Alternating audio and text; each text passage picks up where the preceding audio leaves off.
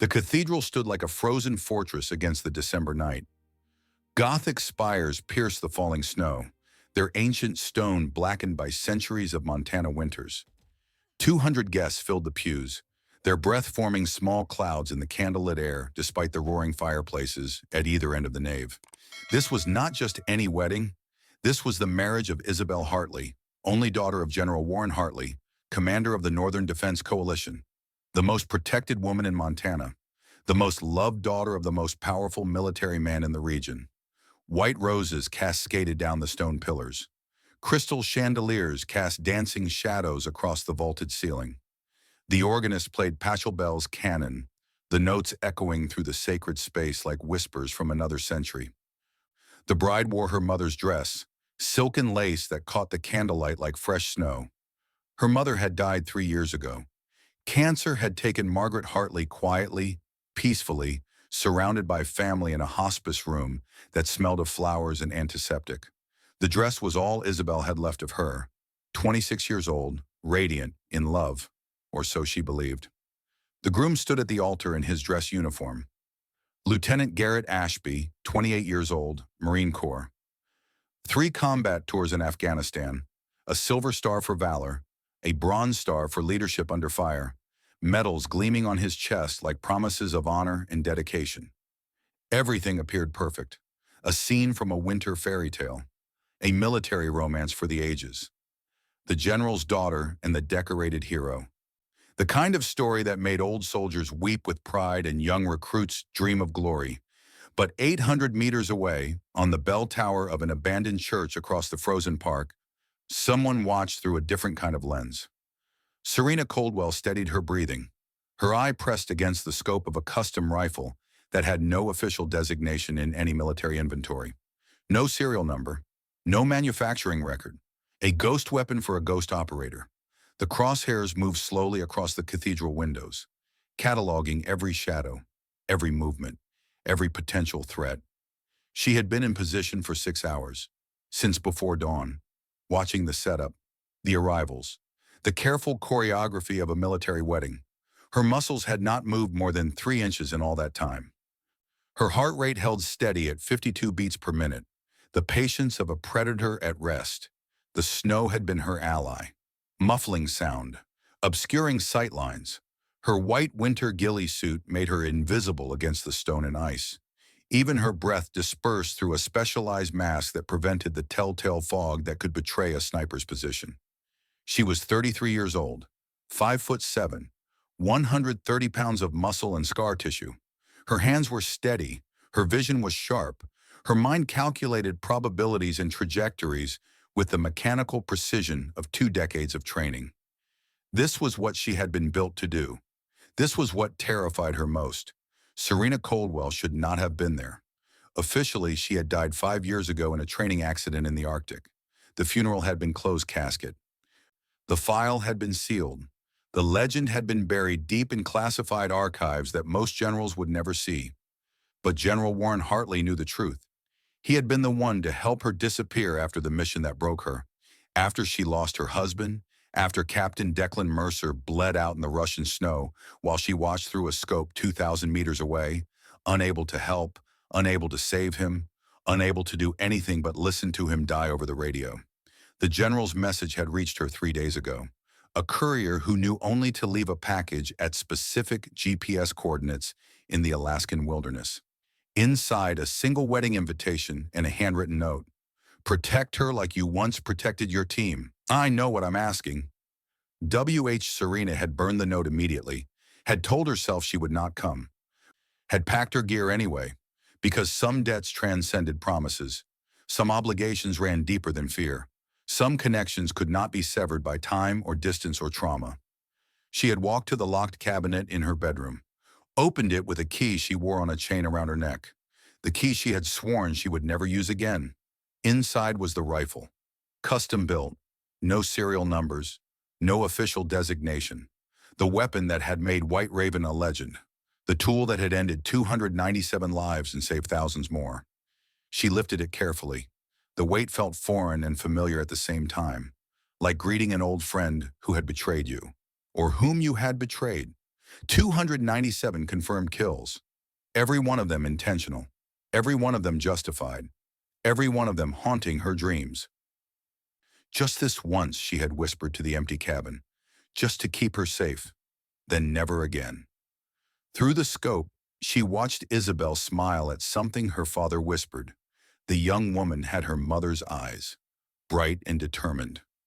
Margaret Hartley had never known that the mysterious woman who visited her hospital room once, claiming to be an old friend, was actually the sniper her husband had trusted with his life on 7 different operations. More than that, Margaret had never known the truth about the quiet girl Warren brought home for Thanksgiving dinners, the teenager he taught to shoot on Fort Bragg ranges, the young woman who called him Uncle Warren even though they shared no blood. Because Serena Coldwell was not just any sniper, she was the daughter of Sergeant Nathan Coldwell. And Nathan Coldwell had died saving Warren Hartley's life 33 years ago. The memory was burned into Serena's mind, not from her own experience. She had been 2 months old when her father died, but Warren Hartley had told her the story so many times that it felt like her own memory. A sacred text passed from guardian to ward, a covenant written in blood and sand. February 26, 1991. Kuwait Desert. Operation Desert Storm. The sand was the color of old blood in the pre-dawn light. Lieutenant Warren Hartley, 23 years old, led his platoon through what should have been a routine patrol. Intelligence had cleared the sector. No enemy activity for 15 miles. Intelligence was wrong. The RPG came from a building they had already cleared. Someone had doubled back. Someone who knew how American patrols moved. Someone who had been waiting. The explosion threw Hartley 10 feet. His ears rang. Blood ran down his face from shrapnel cuts. 3 of his men were down. The rest scattered for cover. The world had transformed from peaceful morning to killing ground in the span of a heartbeat. Then the machine gun fire started. They were pinned, trapped in a kill box. The enemy had set this up perfectly, cleared the sector just long enough for American units to relax, then struck when they were most vulnerable. Hartley tried to call for support. His radio was dead. The blast had destroyed it. Fragments of plastic and circuitry scattered across the sand. He had 12 men. The enemy had at least 30. He was going to die in this desert, 23 years old, never going to see his hometown again, never going to meet the woman who would become his wife, never going to hold his daughter. Then the enemy machine gunner's head exploded. Then the RPG operator went down. Then 3 more hostiles in rapid succession. Clean shots, perfect placement, the work of someone who had done this 1,000 times before. 8 shots, 8 kills, 90 seconds. The most precise long-range shooting Hartley had ever witnessed. Someone was providing overwatch. Someone Hartley had not known was there. Someone who had been watching and waiting for exactly this moment. The enemy broke and ran. The survivors disappeared into the city ruins like smoke dissipating in wind. A figure emerged from the ruins 300 meters away, moving with a sniper's economical gait. Not running, not walking, something in between. The stride of someone who conserved energy for when it mattered most. Sergeant Nathan Coldwell, 28 years old, scout sniper, Fort Bragg's best instructor, a man who could shoot a quarter at 800 meters, a man who had volunteered for forward reconnaissance when he could have stayed safely at base. Hartley met him halfway. "Sergeant, I didn't know you were out here." Nathan adjusted his rifle sling. "Someone has to watch the watchers, sir. I owe you my life. You owe me a beer when we get stateside. Nothing more. We're soldiers. We protect each other. That's the deal we made when we put on the uniform." They shook hands. Desert dust covered both their uniforms. Blood still ran down Hartley's face from the shrapnel cuts. But they were alive. They were brothers now, bound by combat in the way only combat could bind men. Then the second RPG hit. It came from a different direction. A fighter they had not seen. A remnant of the enemy force circling back for one final shot. The rocket struck 30 feet away. The blast wave threw both men down. Hartley's vision went white. His ears stopped working. He could not breathe. When his vision cleared, he saw Nathan Coldwell lying 15 feet away. The sergeant's left side was shredded. Shrapnel had torn through his body armor like paper. Blood pooled in the sand beneath him. Too much blood. The kind of blood loss that meant minutes, not hours. Hartley crawled to him. His hands shook as he applied pressure to the worst wounds. But there were too many wounds. Too much blood.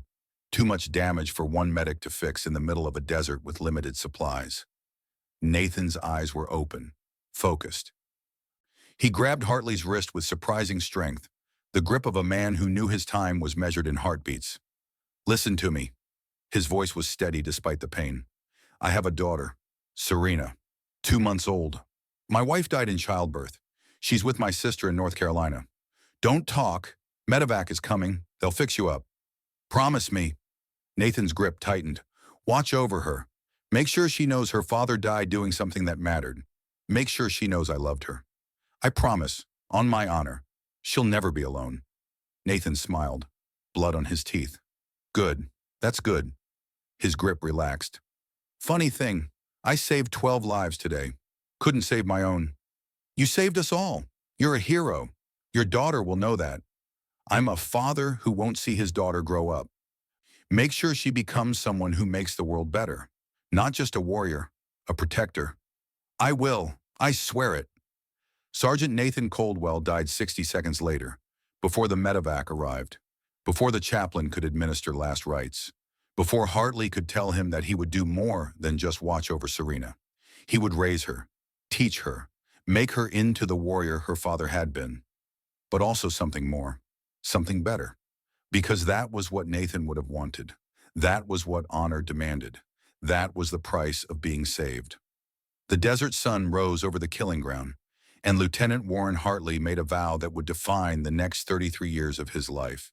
Present day, December 2023. Montana Cathedral. Through the scope, Serena watched the priest raise his hands to begin the vows. Isabel turned to face Garrett Ashby, her smile radiant in the candlelight. The guests rose as one, the ancient ritual of marriage unfolding in the frozen cathedral. Serena swept the scope across the perimeter one more time.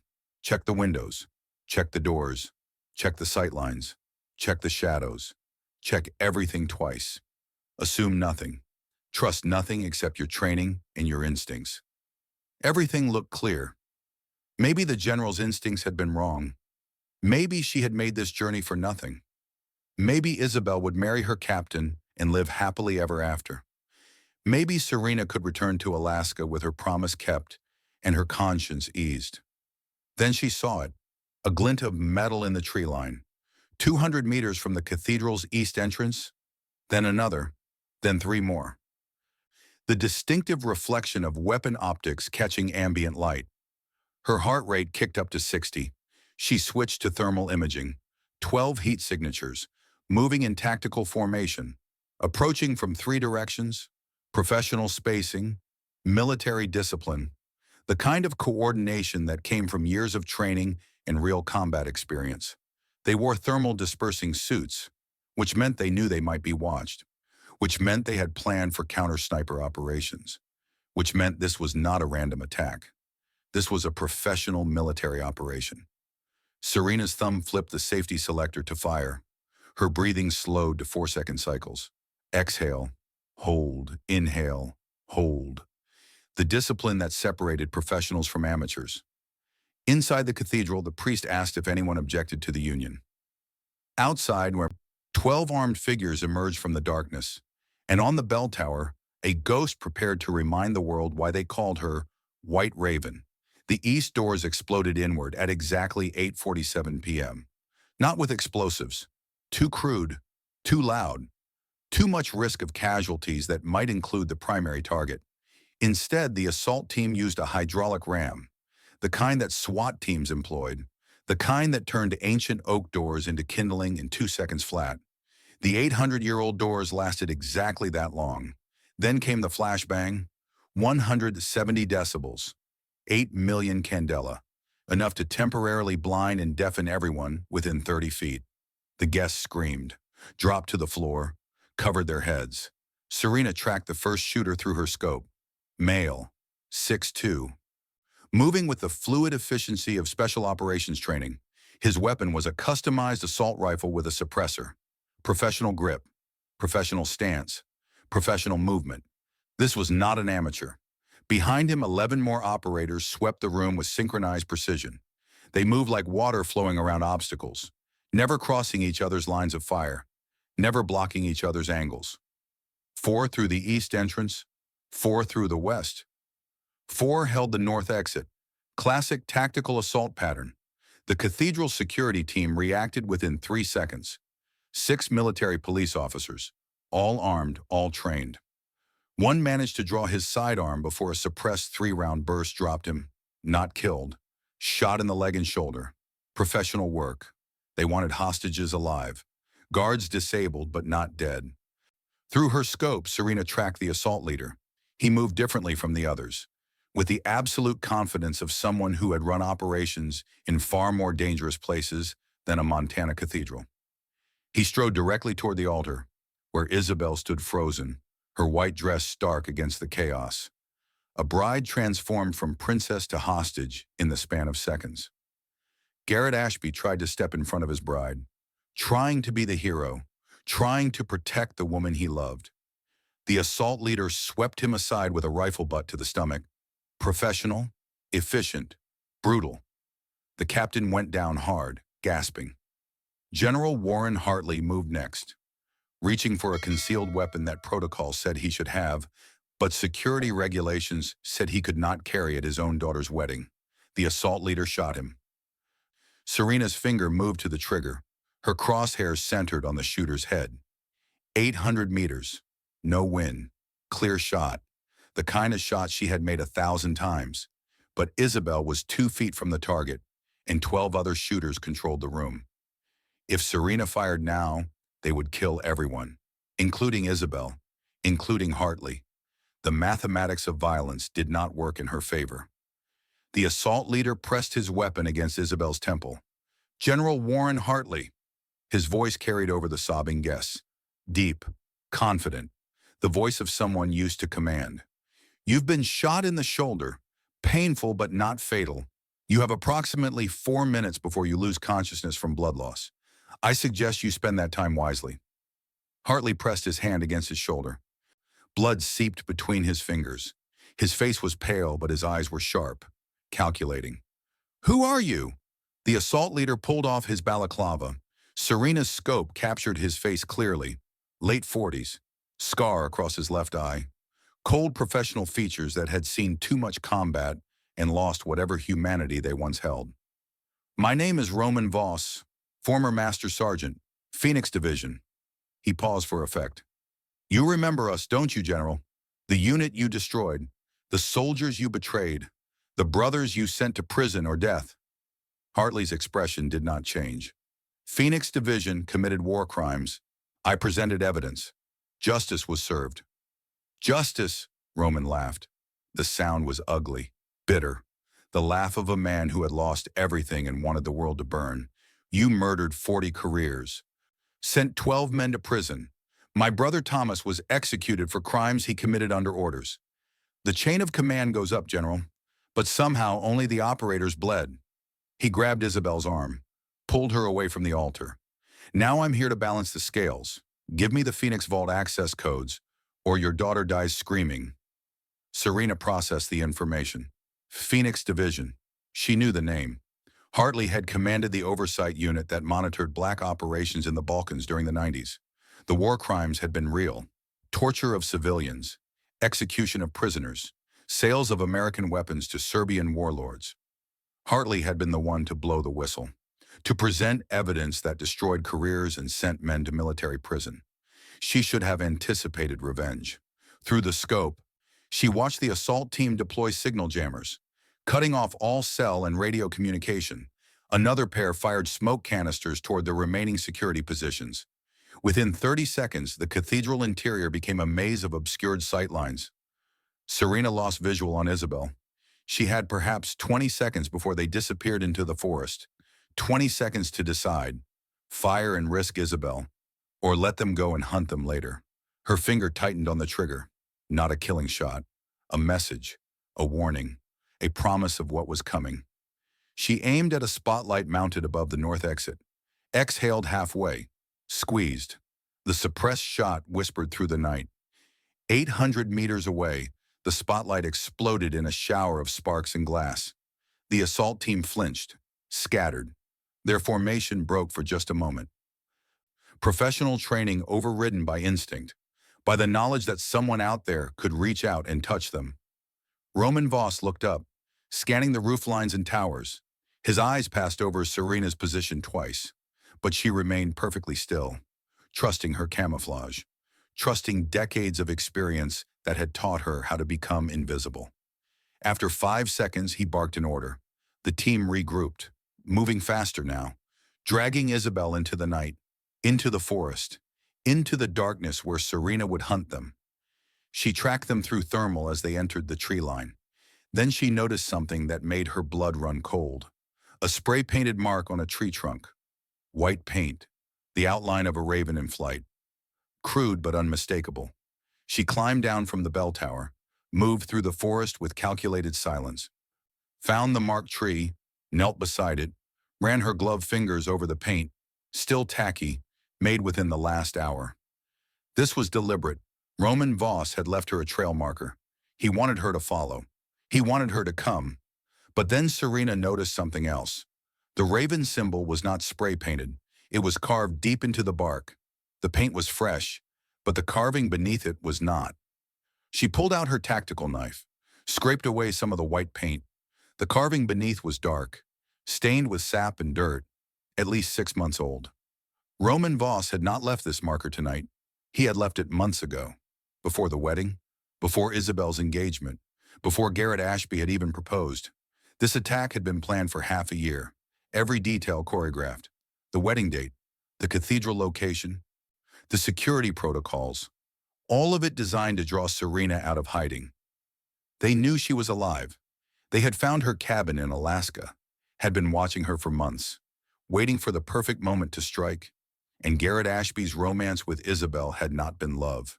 It had been reconnaissance, a long-term infiltration operation designed to provide intelligence on the Hartley family, on their security, on their vulnerabilities.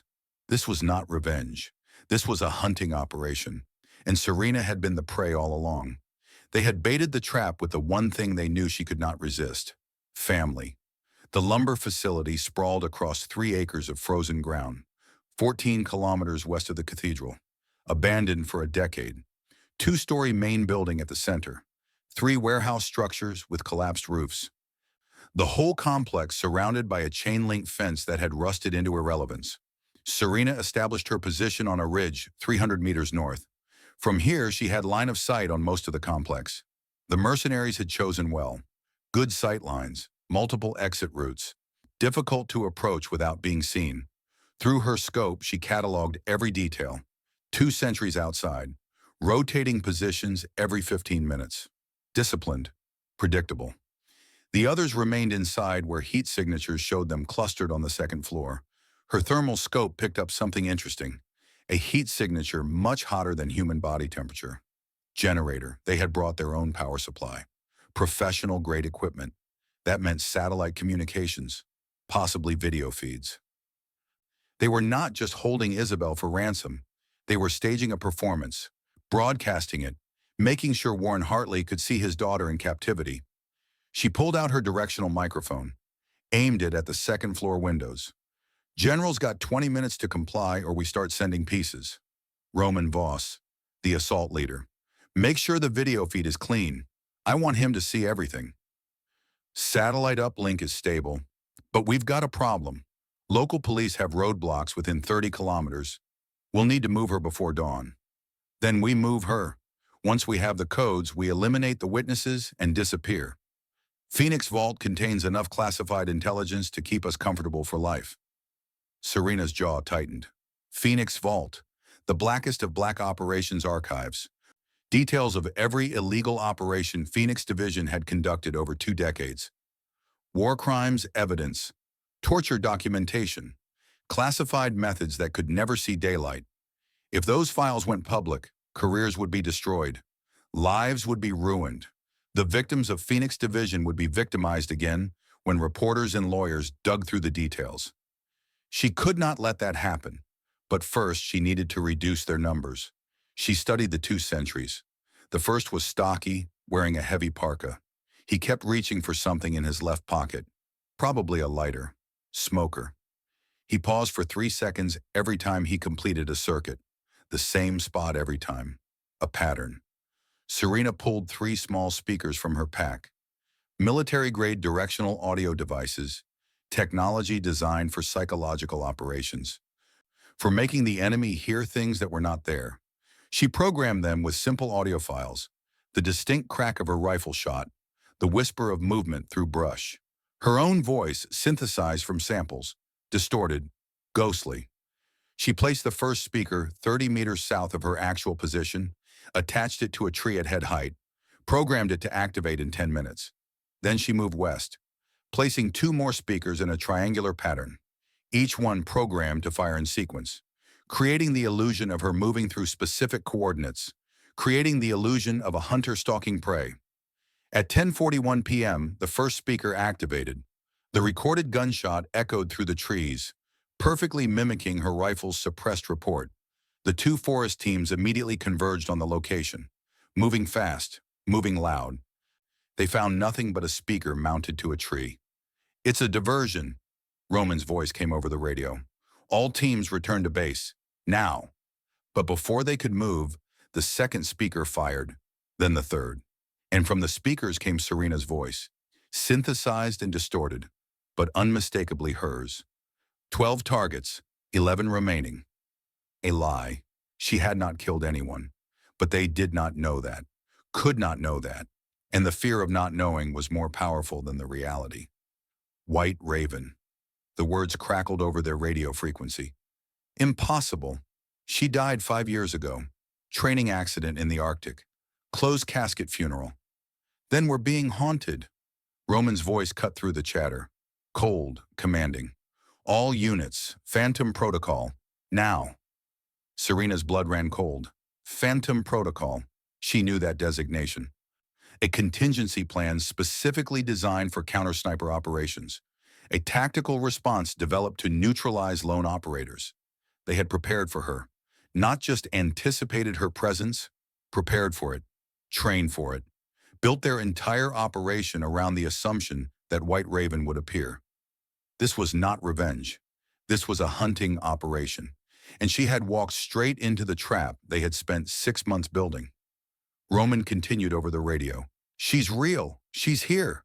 And she's exactly where we want her. Execute phase 2. The forest came alive with movement. 3-person teams, overlapping fields of fire, thermal scanners sweeping in coordinated patterns. They were not panicking. They were implementing a plan designed specifically to kill her. But while they hunted electronic ghosts, Serena was scaling the east side of the main building.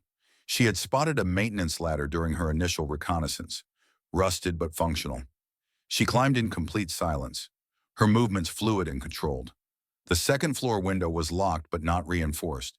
She used a glass cutter, circular blade that made no sound, removed a section large enough to reach the latch. 15 seconds later, she was inside. The ghost had penetrated their perimeter. Through the wall, she heard voices. Roman's team arguing about how to respond to her psychological assault. Good. Let them argue. Confusion was the enemy of coordination. She crept to the door, pressed her ear against it. 2 voices in the hallway outside. Guards stationed to prevent exactly what she was attempting. Serena pulled her knife, 8 inches of carbon steel. She preferred the rifle, the clean distance of long-range elimination, but tonight required a different kind of precision. She slowly turned the door handle, 1/4 inch at a time. The door opened 2 inches. Through the gap, she could see one guard with his back to her. The second was visible in reflection on a window, facing her direction but looking at his phone, checking messages, distracted. Amateur mistake. Serena slipped through the door like smoke. 3 steps, perfectly silent. Her left hand covered the first guard's mouth. Her right hand struck, not with the blade, with the knife pommel, hitting the nerve cluster behind his ear. He dropped unconscious. The second guard looked up from his phone. His eyes went wide. Recognition, fear. His hand reached for his weapon. Too slow. Serena threw the knife. It buried itself in his forearm, forcing him to drop his weapon, pain shocking him into silence. She closed the distance, delivered the same pommel strike to his temple. He collapsed. 2 guards down, neither dead. Both would wake with headaches but alive. Because Serena was not here to kill, she was here to rescue. She dragged both bodies into a storage room, zip-tied their hands and feet, gagged them with strips of their own clothing. Then she moved toward the voices. Through the wall she heard Isabel, clear and strong despite the fear. "You're cowards, all of you. My father will never give you those codes." Roman's laugh was bitter. "Your father already gave us the codes. He sent them 5 minutes ago. Now we're just deciding what to do with you." Serena's blood went cold. If they had the codes, they had no reason to keep Isabel alive. But then she heard something else, something that changed everything. Another voice, over a speakerphone, familiar, male, professional. "Roman, this is Lieutenant Garrett Ashby. I'm clear of the cathedral. En route to your position. ETA 15 minutes. Isabel's gasp of shock was audible through the wall, the sound of a heart breaking, the sound of trust destroyed. "Garrett? What?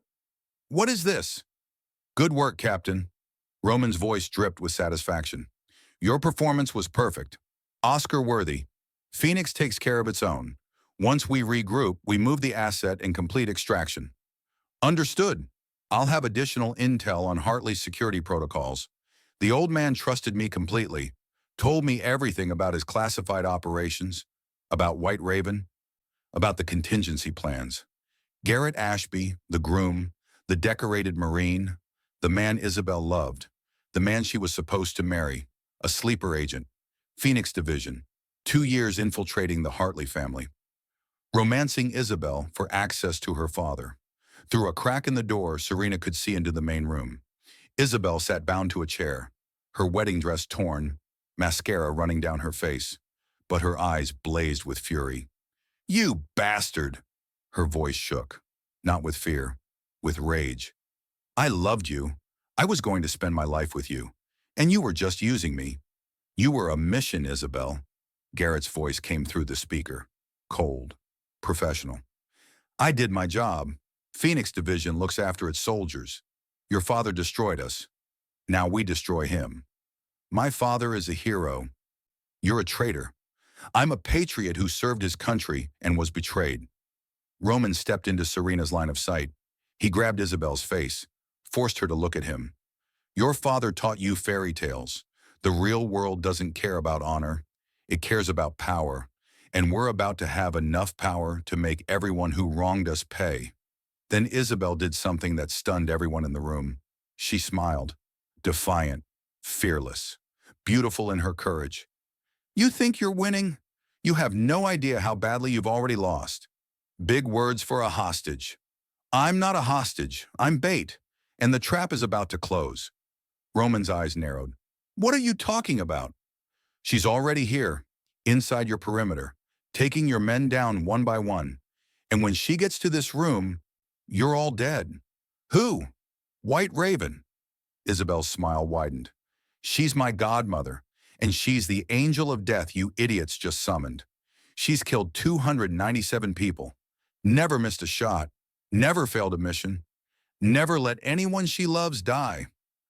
Roman backhanded Isabel across the face. The young woman's head snapped sideways. Blood ran from her split lip, but she laughed. "That's all you've got? Aunt Serena taught me to take a punch when I was 12. Hit me harder. Show me how tough Phoenix Division really is." Serena had heard enough. The memory hit her like a physical blow. The memory she had spent 5 years trying to forget. The memory of the last time she had been in a situation like this. The memory of Declan Mercer dying while she watched. Russian border, Operation Arctic Shadow. The Ural Mountains in winter made Montana look tropical. Minus 40 degrees. Wind that could strip flesh from bone. Snow so deep that every step required calculated effort. Echo Phantom Unit, 12 operators, the best from every Special Forces branch, tasked with impossible missions in impossible places. They had been sent to intercept a Russian arms convoy carrying stolen American technology, classified weapon systems that could not be allowed to reach Moscow. Serena had established overwatch on a ridge 2,000 meters from the ambush point, providing cover while her team moved into position. The plan had been perfect, until it wasn't. The convoy had twice as many guards as reported, armored vehicles instead of transport trucks, and a Spetsnaz rapid response team stationed 5 kilometers away. Her team had walked into a trap. Serena had done everything right. She had eliminated 17 targets in the first 3 minutes, buying her team time to retreat. She had called in air support, provided covering fire, professional execution under impossible circumstances. But when Captain Declan Mercer had been shot while dragging a wounded teammate to cover, there was nothing her rifle could do, nothing her training could fix. She could still see it through her scope. Declan going down, his hand clutching his thigh, arterial blood spraying across the snow, bright red against pure white. She had called to him over the radio. "Declan, pressure! Apply pressure!"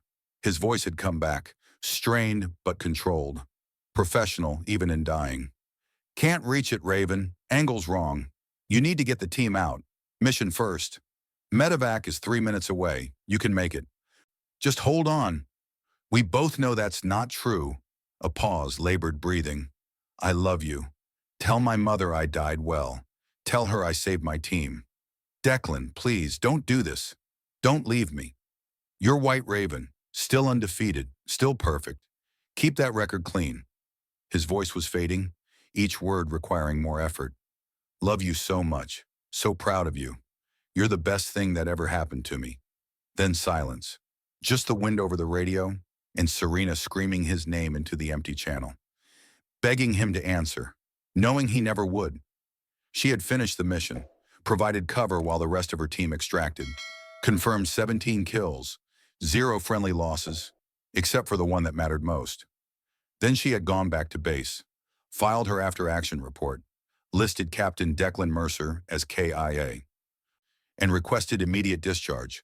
The military had refused, so Serena had disappeared, and Warren Hartley, understanding that some wounds could not heal in a military structure, had helped her vanish, had given her the gift of death, the gift of escape, the gift of never having to be White Raven again. Present. Lumber facility. Serena blinked away the memory. Her hands were shaking. She forced them still. The past was the past. Declan was gone. But Isabel was alive.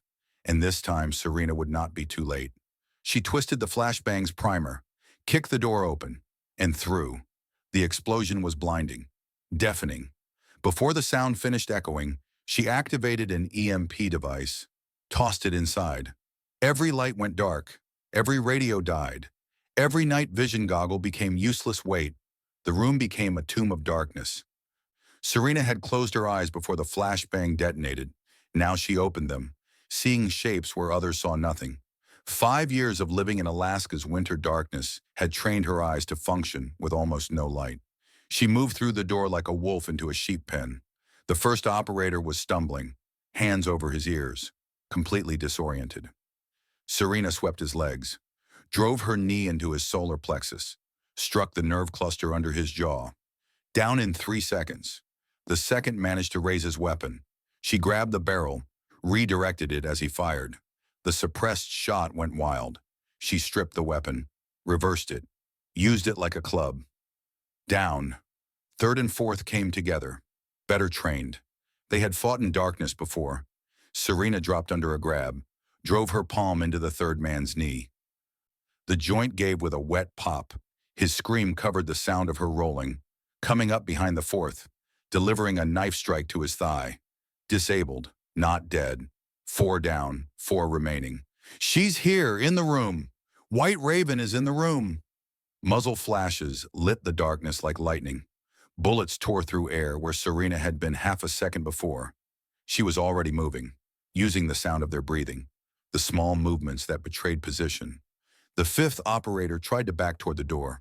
Serena intercepted him, struck his throat, not hard enough to crush his windpipe, just hard enough to paralyze his breathing for 10 seconds. He collapsed, gasping. A bullet grazed her shoulder. Pain, hot and sharp, the old wound from years ago reopening. She rolled behind an overturned desk. The 6th and 7th operators were coordinating, one suppressing while the other moved to flank. Serena grabbed a fallen weapon, fired 3 shots at the ceiling, creating distraction, then sprinted across the room. The flanking operator never saw her coming. She hit him from the side, driving him into the wall, his weapon discharged, hitting his own partner in the leg. Friendly fire. 3 seconds later, the 6th operator was unconscious from a chokehold. 8 down. Only Roman Voss remained. The room was silent except for groaning and labored breathing. 8 Phoenix Division operators disabled. None dead. All alive to face trial. Serena stood, weapon ready, scanning for the last target. Impressive. Roman's voice came from the shadows. They said you were the best. Guess the rumors were true. 8 men in less than 60 seconds in total darkness. That's legendary. Where are you, Roman? You know I was there. His voice moved as he spoke, trying to flank her. Operation Arctic Shadow. I was part of the extraction team that pulled your unit out after Declan Mercer died. I saw what it did to you. Saw you break. He was trying to get into her head, trying to make her emotional, make her sloppy. We weren't bad people, Serena. Phoenix Division. We did what we were ordered. We bled for this country in places that don't exist on maps, and Hartley destroyed us for following commands. Serena tracked him by sound, by the way air moved in the room. You tortured civilians. You murdered prisoners. You sold intelligence to enemy states. That wasn't orders. That was choice. Roman laughed. We made hard choices, just like you're making now. You could have walked away, could have stayed dead, but you came back. That makes you like us. No. Serena moved as she spoke. I came back to save someone. You came back for revenge. We're nothing alike. Isabel, Serena called out. I'm going to cut your restraints. Stay low. When I say run, you run. And don't stop until you hit the tree line. She found the chair by touch, felt Isabel's rapid breathing, sliced through the zip ties. When I say run, you go through that door. FBI is coming. Find them. Tell them everything. A gunshot, wood splinters exploded from the chair. Serena had already pushed Isabel toward the door. Run! Isabel ran. Serena turned toward Roman's muzzle flash, fired 3 rounds, heard him grunt, stumble. She had hit him, shoulder or torso. More running steps. Roman was escaping through a back entrance. She sprinted after him, burst into a stairwell. Below, she heard a door slam, saw emergency lights flickering. Serena took the stairs 3 at a time, her wounded shoulder screaming. She hit the ground floor, weapon up, scanning, empty. Outside, an engine roared to life. Through the window, she saw an SUV accelerating away from the facility. Roman Voss was escaping, and he had the Phoenix Vault codes. Serena ran for the exit, but she was too late. By the time she reached the door, the SUV was already 500 meters down the access road. Then she saw Isabel stumbling through the snow toward the fence line. Safe, alive, free. Serena made a choice. The young woman was safe. That was the mission. That was what mattered. She ran to Isabel, caught her as she stumbled, pulled her into an embrace. It's okay. You're safe now. I've got you. Isabel stared at her, eyes wide with shock. Who are you? Really? A friend of your father's. We need to move. You're her. You're White Raven. Dad told me about you. Myths don't bleed. Serena pressed a hand against her shoulder wound. Come on. We have to go. Where? Serena looked toward the forest where the SUV had disappeared. I have to finish this. Roman escaped. He has codes that could destroy lives. I can't let him use them. Isabel grabbed her arm. You're hurt. You're exhausted. There's 2 of them now. Garrett is meeting him. I've done harder things. I've beaten worse odds. Aunt Serena, Isabel used the childhood name. Thank you for saving me, for being here when Dad needed you.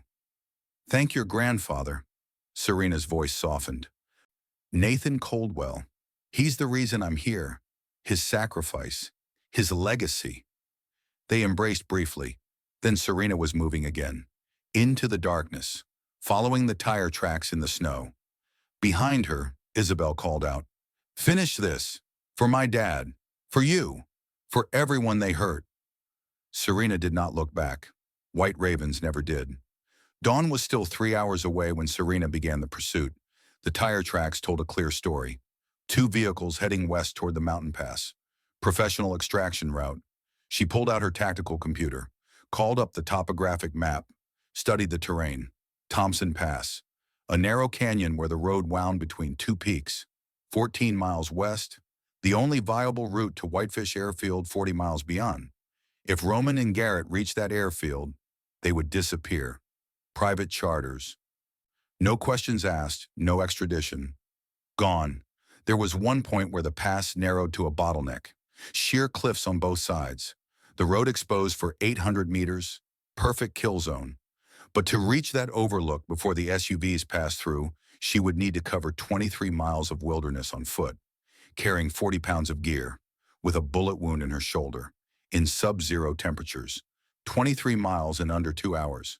Impossible by any reasonable calculation. Serena started running. The first mile was through dense forest, pine branches heavy with snow. She moved between the trees like water flowing downhill, finding the path of least resistance, never stopping. Her shoulder throbbed with each step. Blood had soaked through the field dressing. The wound was reopening, but pain was just information. Her body telling her something was wrong. She acknowledged the information and kept moving. Mile 5. Her legs were burning. Her lungs felt like they were filled with broken glass. The cold air seared her throat with each breath. But she had been trained for this. The memory surfaced unbidden. Fort Bragg, summer 2006. 16 years old. Mile 20 of a 22-mile forced march. She had collapsed, vomited, cried. Warren Hartley had knelt beside her. "You can stop. Your father would be proud. Dad ran 6 miles with a sucking chest wound. I can run 2 more. She had finished, crossed the line, collapsed again. Hartley's words echoed across the years. Pain is temporary. Quitting is forever. Present, mile 12. Serena stumbled over a root hidden beneath the snow, went down hard. Her rifle case struck a rock. She lay there for 5 seconds, breathing, calculating whether her body could continue. Her tactical watch showed 11:47 p.m.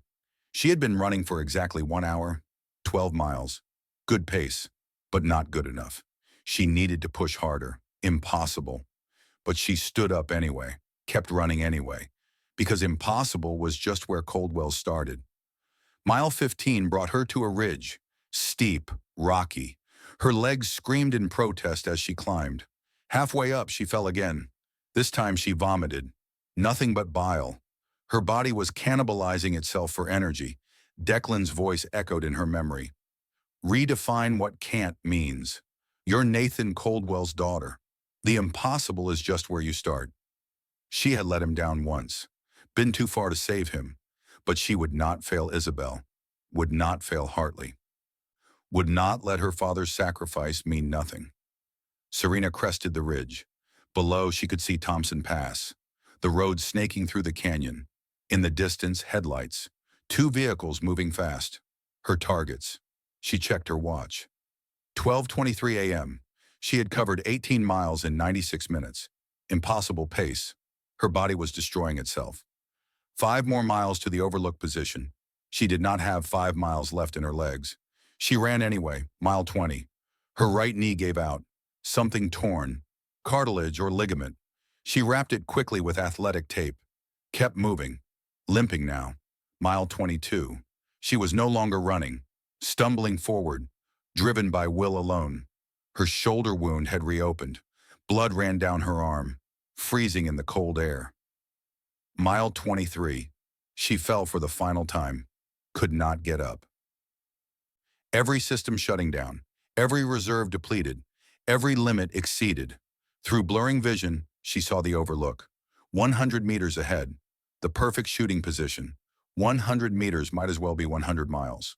Serena thought of Nathan Coldwell dying in the desert, running 6 miles on a dead man's determination. She thought of Declan Mercer bleeding out in the snow, telling her to stay undefeated. She thought of Isabel Hartley, defiant in captivity, believing her godmother would come. "Okay, Dad," Serena whispered to the frozen air. "One more time. Show me how cold wells finish what they start. She whispered the words like a prayer. Pain is temporary. She crawled forward. Quitting is forever. Hands and knees, dragging her rifle, pulling herself forward one agonizing meter at a time. 50 meters. 25. 10. She reached the overlook, collapsed behind the shooting position. A flat rock. Perfect elevation. Clear sight line to the road 800 meters below. Then she saw something that made her heart stop. Two SUVs. But they were not traveling together. They were separated by 200 meters. Roman in the lead vehicle, Garrett in the trailing one. Two targets, two shots required, and they would pass through her firing window in less than 4 minutes. Serena's hands shook violently as she assembled her rifle. Not from cold, not from fear, from complete physical exhaustion. She pulled out her ballistic calculator. The screen was dark, battery dead from the cold. No computer assistance, no rangefinder, no wind meter. Nothing but her training and her instinct. She would have to calculate everything manually. Distance, wind, temperature. Coriolis effect, leading two moving targets with different speeds. The most difficult shot of her career. With a body that was failing. With vision that kept blurring. With hands that would not stop shaking. Serena steadied her breathing. Forced her heart rate into the killing zone. Slow, steady, lethal. The focus that separated professionals from amateurs. She sighted down the scope, calculating manually. Distance to Roman's vehicle, 1,100 meters. Downhill angle, 240 meters elevation difference. Wind from the northwest, 15 miles per hour. Temperature -8 Celsius. Bullet drop at this range, 32 inches. Wind drift, 8 inches right. Lead distance for vehicle moving at 70 kilometers per hour, 12 feet. She adjusted the scope, dialed in the corrections. Her hands still shook. She forced them still through sheer willpower. Roman's SUV entered the kill zone.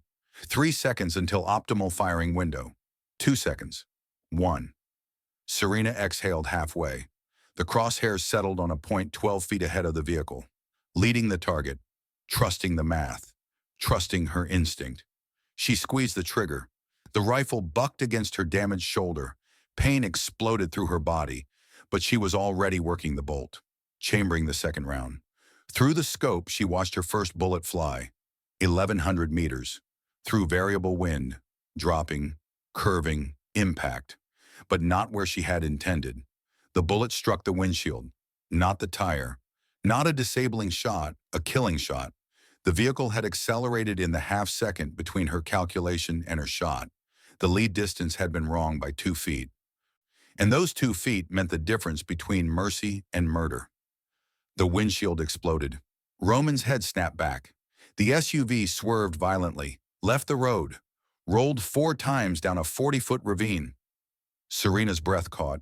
She had not meant to kill, had aimed for the tire, had wanted to disable, to capture, to bring him to justice. But violence had its own logic, its own mathematics, its own consequences. 297 confirmed kills, all intentional, all necessary, all justified. Now 298, and this one would haunt her most, because she had tried to show mercy, had tried to be better than the killers she hunted, and violence had betrayed her anyway. No time to process. Garrett's vehicle was approaching, 1,250 meters now, accelerating. He had seen Roman crash, was trying to escape. Serena recalculated. Longer distance, faster target, different wind. She dialed in the new corrections. Her vision blurred. She blinked blood and sweat from her eyes. Garrett's vehicle entered the firing window. 4 seconds, 3, 2. Serena squeezed. The second shot whispered through the darkness. 1,250 meters. The longest shot she had ever attempted on a moving target. Impact. This time the shot was perfect. The engine block. Not a kill shot. A disabling shot. Steam erupted from Garrett's hood. The vehicle coasted, slowed, stopped. 2 shots. 2 different outcomes. 1 kill, 1 capture. The descent to the ravine took 15 minutes. Each step agony. Her knee was destroyed. her shoulder bleeding freely. But she reached the wreckage. Garrett's vehicle first. She approached with her sidearm drawn. Professional clearing patterns. He was crawling from the SUV, both legs broken from the crash impact. He looked up as Serena emerged from the darkness. You, his face went pale. You actually made that shot. 1,250 meters. Moving target. In the dark. That's impossible. Where's the hard drive? You could have killed me. Why didn't you? Serena zip-tied his wrists. Because unlike you, I believe in justice. You'll stand trial. You'll face Isabel in court. You'll spend the rest of your life in prison knowing that the woman you betrayed is free and happy. She found the hard drive in his jacket, secured it. Death would be mercy. Life is justice. Garrett laughed, broken, bitter. Phoenix will come for you. This isn't over. Phoenix is dead, just like your future. She called in his location, gave precise coordinates, described the suspect, listed the charges, then she left him zip-tied in the snow. Roman's wreckage was worse. The SUV was crushed upside down, one side compressed against a boulder. She could smell gasoline, see smoke rising from the engine.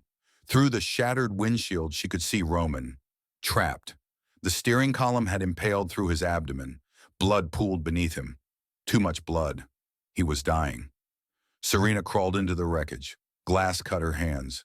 Metal scraped her back. She reached Roman, checked his pulse. Weak, fading. His eyes opened, focused on her with effort. You, he whispered, you're good. Better than legend said. I didn't mean to kill you. I aimed for the tire. I know. Saw you adjust. He coughed, blood on his lips. Vehicle accelerated. Timing was off. Not your fault. War is imprecise. Violence has its own logic. Where are the codes? Hard drive in Garrett's jacket. You already have it. Roman grabbed her wrist. Listen to me. Thomas, my brother. His voice was barely audible, each word costing him precious seconds of life. Everyone thought I wanted revenge because he was innocent, because Hartley framed him. He laughed. Blood bubbled on his lips. The truth? Thomas was a monster. He tortured children in Kosovo, made their parents watch, recorded it, sent the videos to enemy commanders as warnings. Serena felt her stomach turn. I was his commanding officer. I knew everything. I signed the reports that said the villages were empty, that the operations were clean, that no civilians were harmed. His eyes found hers. When Hartley exposed Phoenix Division, Thomas was executed. But I walked free. Because I destroyed the evidence that connected me to his crimes. Then why? Why all of this? Because every day for 20 years, I've had to live with what I helped him do. Every day I've had to pretend I was a victim, pretend I was wronged. His grip tightened one final time. I didn't want revenge, Serena. I wanted someone to finally punish me. I wanted a warrior good enough to end this, to end me. He smiled, peaceful now. Thank you for being that warrior, for finishing what should have been finished decades ago. His breathing was shallow now, each breath requiring more effort. Destroy that hard drive. Don't let CIA use it. Don't let anyone use it. Some secrets should die with the people who created them. Why should I believe you? Because you're like me in one way. We're both tired soldiers who just want to go home. Roman Voss died 60 seconds later, his eyes still open, staring at the Montana sky through the broken windshield. A soldier until the end, a killer who had chosen wrong, a man who had let guilt consume him, but still human. Serena closed his eyes. Rest easy, warrior. May you find peace in whatever comes next. Then she climbed out of the wreckage, pulled the hard drive from her jacket, looked at it for a long moment. 20 years of war crimes, evidence that could destroy careers, ruin families, end lives. She placed it on a rock, raised her rifle, and brought the butt down with all her remaining strength. Again, until nothing remained but powder and shards. Phoenix Division's war crimes would remain buried, forever.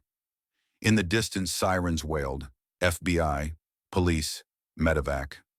The cavalry arriving too late, as always. Serena disappeared into the forest, leaving behind wreckage and bodies and the broken pieces of Phoenix Division, the ghost returning to the shadows.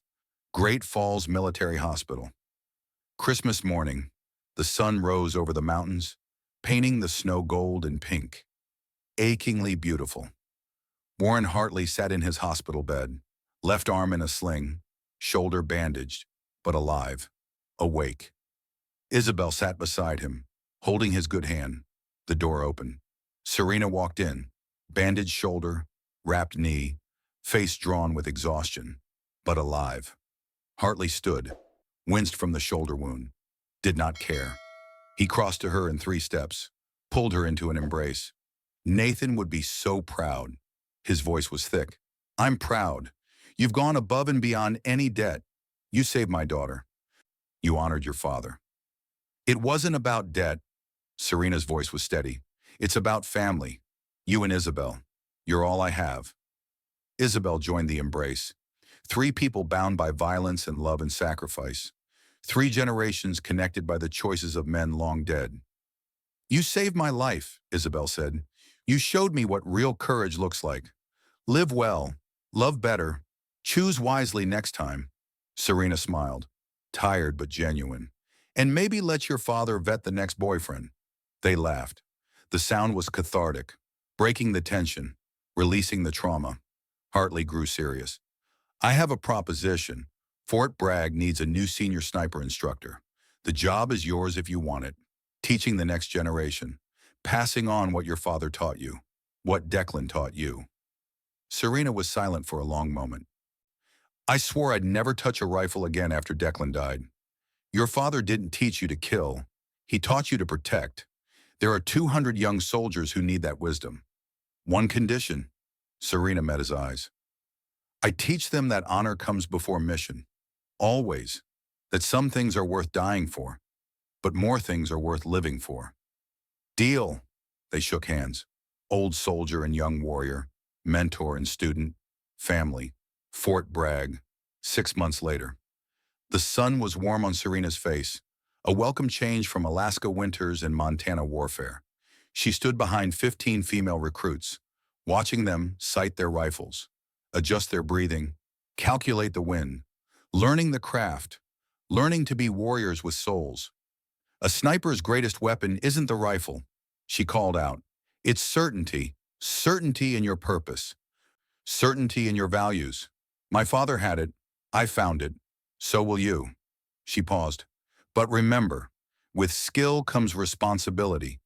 You are learning to take life. Never forget the weight of that.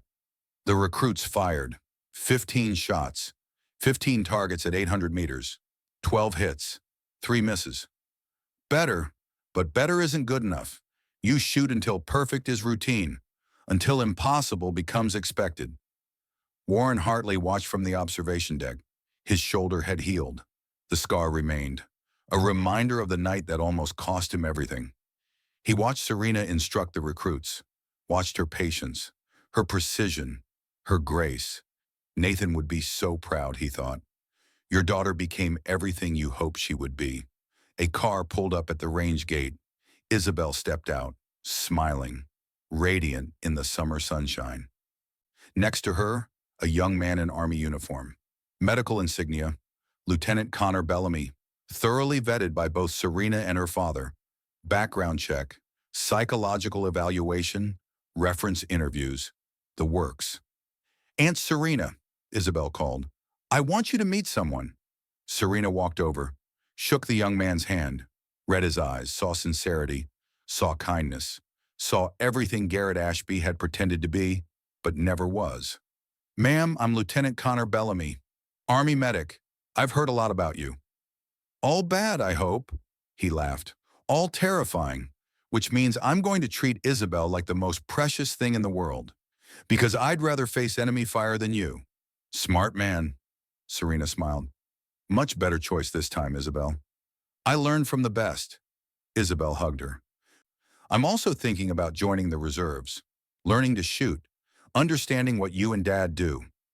Then let's start with the basics. Your grandfather would love this. Nathan Coldwell's granddaughter, learning the family trade. 3 months later, Isabel married Connor Bellamy. A small ceremony, family only, at the Fort Bragg Chapel. Serena stood as maid of honor, Warren walked his daughter down the aisle. No security teams, no hidden snipers, no threats, just family, just love, just the future Nathan Coldwell had died to protect. When the priest pronounced them married, Serena caught Warren's eye. He nodded once. 33 years ago, he had made a promise to a dying man. Today, that promise was finally, completely fulfilled. That evening, after the reception ended, Serena walked to the memorial wall. Names engraved in black granite, soldiers who had given everything. Among them, two names side by side, SGT, Nathan Coldwell, KIA 1991, Desert Storm CPT, Declan Mercer, Kaya 2019, Operation Arctic Shadow. She placed two challenge coins at the base of the memorial, one from her father's unit, one from Declan's. Dad, Declan, her voice was soft. I spent 5 years running from your legacy. Not anymore. She touched both names, feeling the cold granite. I'm home, and I'm teaching them to be like you. Warriors with honor, snipers with souls, people who understand that the greatest strength isn't in taking life, but in knowing when to spare it. The sun set over Fort Bragg. Golden light painted the rifle range. Somewhere, 15 young women cleaned their weapons, studied their ballistics charts, dreamed of becoming legends. And Serena Coldwell understood a truth that had taken 33 years to learn. Some wars end, some debts are paid, some legends retire, and when they do, they leave behind something more valuable than fear or death or perfect records. They leave behind hope. In her office, her rifle sat in a glass case, cleaned, maintained, but unused. A plaque beneath it read simple words: White Raven, service complete, federal prison, Florence, Colorado.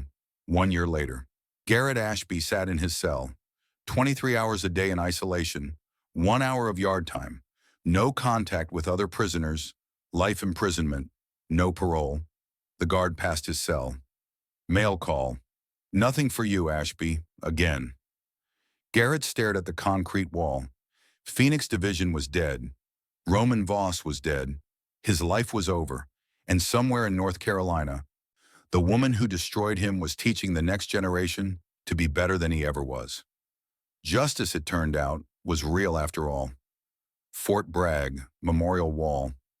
That same evening, Serena stood before the granite, the setting sun casting long shadows across the names of the fallen. She had made this walk every week for the past year, no matter the weather, no matter the pain, no matter the memories. Dad, Declan, she said softly. Another class graduated today. 12 new snipers, all women, all ready to protect instead of destroy. She smiled. Isabel passed her marksman qualification, top of her reserve unit. She's got the Coldwell eye, the Hartley determination. She's going to be something special. A breeze rustled the flags above the memorial. I finally understand what you tried to teach me, Dad. What you died trying to show me. She placed her hand on Nathan's name. The greatest warriors aren't the ones who kill the most. They're the ones who protect the most, who save the most, who inspire the most. She moved her hand to Declan's name. And you, my love, you taught me that some things are worth dying for, but you also taught me that more things are worth living for. She stepped back. I'm not running anymore. I'm not hiding. I'm not afraid. The last rays of sunlight painted the memorial gold. I'm exactly where I'm supposed to be, doing exactly what I was born to do. She snapped to attention, rendered a perfect salute. Rest easy, warriors. I've got the watch from here. Then Serena Coldwell turned and walked back toward the training grounds, where the next generation waited, where the legacy continued, where White Raven had finally found peace, not in silence, not in solitude, but in service, in teaching, in protecting, in love. The end.